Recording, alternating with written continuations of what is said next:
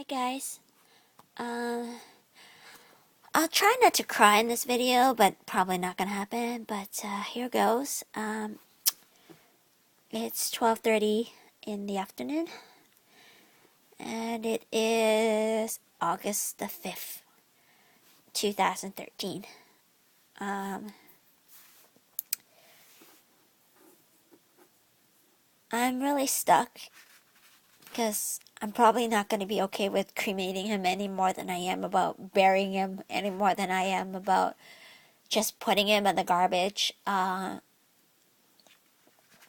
originally wanted to cremate Sniffles, but I'm not sure I can stand to look at his ashes, or the jar at least, every day. So ultimately, I've decided to go with what my mother suggests, which is to put him in a box, and she'll take it to work and dispose of him for me. Because there's really no benefit to cremating him if it's going to make me even more sad. Obviously, I don't really fancy the idea of putting my beloved pet basically like in a furnace. So, I've decided to go with her suggestion. So, anyways, I like making origami hearts. So I made it. There's 5 different hearts here, and I thought it'd be really pretty. It's just a plain white box. I do believe I got this from Apple. They sent me a replacement iPod. I picked it because it's got some cushioning on the bottom. I thought that would be good. I know he's dead, okay, but I thought it'd be comfortable. So what I've done, there's a foam on the bottom too. I decided to fill it with stuff that I hope I got right, that he loves. And anyway, I plan to put him in here tomorrow morning, so he will stay in his bin for the night. And then I will wrap him in this. I'll put him in here. I'll make a little hole here so that he's comfortable and he'll be surrounded by his food. I'm sorry, guys. I really didn't want to cry, but I just can't stop crying this whole day. I've been crying since yesterday, so I don't think it's going to stop anytime soon.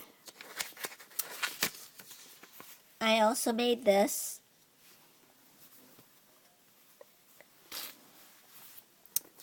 I don't know if I'll be able to read all of us because I was crying when I wrote it. But I thought I would let you guys read it. I don't know if you can actually see it because my lighting is very bright. But anyways, I'll try to get through this. Sniffles, rest in peace. He was born on May the 7th, 2012. And he died on August the 4th, 2013. My most beloved fur friend. You meant more to me than I ever imagined possible for such a tiny hamster. You made my life a whole lot more bearable at a time when I felt so alone. You were there to get me through the tough days. You distracted me from thoughts that made me cry. You gave me a reason to wake up and go to work. You made me smile whenever I saw your furry face peek out from your igloo. You accepted me for who I was. For such a tiny hamster, you had so much love to give, and you gave all your love to me. Now that you are gone, I must learn to live without you. When I used to think of you, it always made me smile. Now that you have passed away, when I think of you, all I can do is cry. I hope that someday I can think of you. I hope that someday I could look at your beautiful photos and videos and smile and be able to talk about you without tears filling my eyes. My heart is sore with the loss of you. But I know that you left me in a better place. My life has been blessed because you were there to share it with me. Your time with me was just too short. But I'll never, ever, ever forget you for as long as I live. Because you made a difference in my life. Much more than I thought a Hammy ever could. I hope that in this brief time we shared, that you know I did the best I could. Tonight I'll be preparing a box and filling it with food and treats. Hope I got your favorites right. Tomorrow I'll need to say goodbye. I'll give you a last hug and kiss you on your nose. Then I must put you to rest in your cute little box. I wish I could be there for you on your last leg on the journey, but I love you too much, and it's more than I can bear. So my mother has offered to help out. Please don't blame me for not being there. Thank you, Sniffles, for being in my life. I promise I will never forget you, and I hope one day in heaven I'll meet you again. Until then, take care, my furry friend. I'm not going to be there when my mother takes it to work. I could be there because I'm not working, but I don't think I could do it. Sniffles was really special to me. He was just one of those rare hamsters that truly never bit. Even when you rudely woke him up, to play with him. You could poke him awake. He'll pretend to bite you as an impulse, but then immediately after he realizes who it is, he's all sweet, and he's never bit me, no matter how late or how early in the morning. And that meant a lot. We were able to really bond from the beginning. All my other hamsters, my dwarfs, weren't as eager to bond, but Sniffles was one of those rare ones where you could just put your hand there and he'll immediately climb up into it. He didn't do that after he grew a little older. Not sure why. I really missed that, but I understood. He's a hamster, and as much as he's tame, he's still wild. It's just not hamster's natural behavior to climb into a hand. But there are a lot of times I remember Sniffles. The one that sticks to me the most is before I got water bottles for everyone, because I did, but they weren't working, so I switched to water dishes because I was more afraid that they would, die of thirst. And one day after I came home from work, Sniffles was found in his bin, soaking wet. All his bedding was wet because it had gotten wet from the water. It got in his bowl and it just soaked everything around it. I found him shivering, really cold. But the moment I put my hand in the bin, he climbed right out. Climbed into my hand and I took him out. I was so terrified that he'd be cold, I put him in my bra.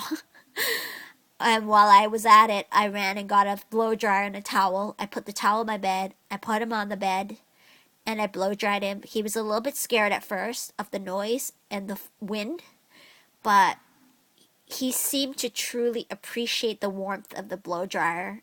And I think that just made our bond a little more special, You could just dry him with a towel, but I chose to blow dry him, and it took a while because my blow dryer has a very high temperature setting, so I did on the cool setting only, so it took about a half an hour. And in that time, he didn't bite me or anything. Even when I tried to blow dry his belly, I had to lift him up on his two paws, and he was doing the ham stand. So there are a lot of good times I'll remember, special times. I'm lucky that at least I took the time to take all these videos. They're all on YouTube. In case you guys don't know, all my videos are generally tagged with the type of animal. So in this case, it'll be hamster. And then it will be tagged with the name. So Sniffles. So if you wrote in hamster Sniffles, you might find them. Another way is you can search it once you're on my actual page of videos. There should be quite a lot. I spent yesterday evening watching them. I didn't go to bed.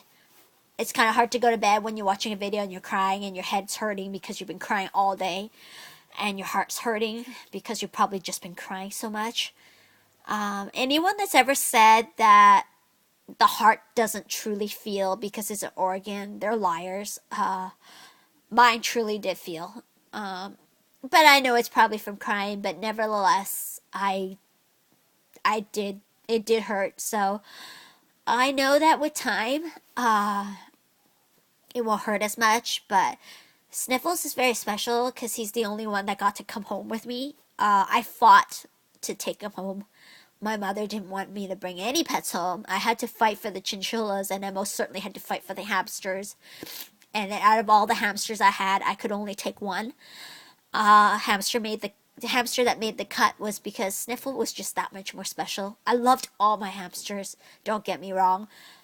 Sniffles was just that little bit more special, and I was hoping that he would be able to spend more time with me, but I realized that he at least stayed with me during the tough times when I first had to move out of my parents' house. At least to show my parents that I could, be able to take care of myself.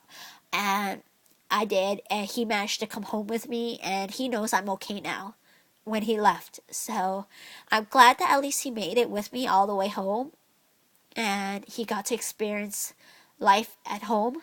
Because I never liked my rental place, so I'm glad that he didn't die there. I would have totally blamed the landlord and his smoking if he had died early. So I'm glad, and I think that when he died outside his igloo so that I wouldn't have to find him there like a couple days later rotting.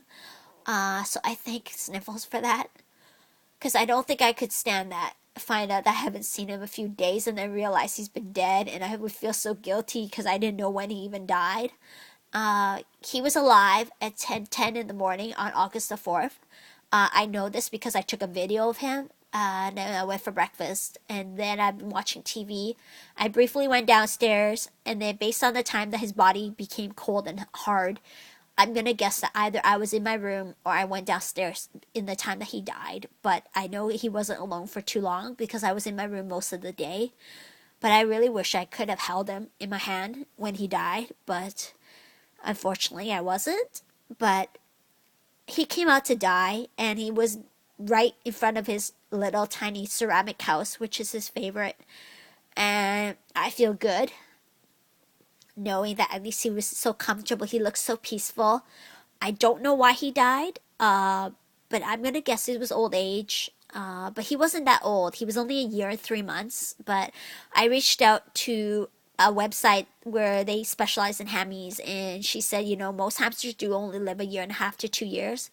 3 if they're lucky, and 5 is really, really, really pushing it. So he lived a good life, and she told me not to feel so guilty.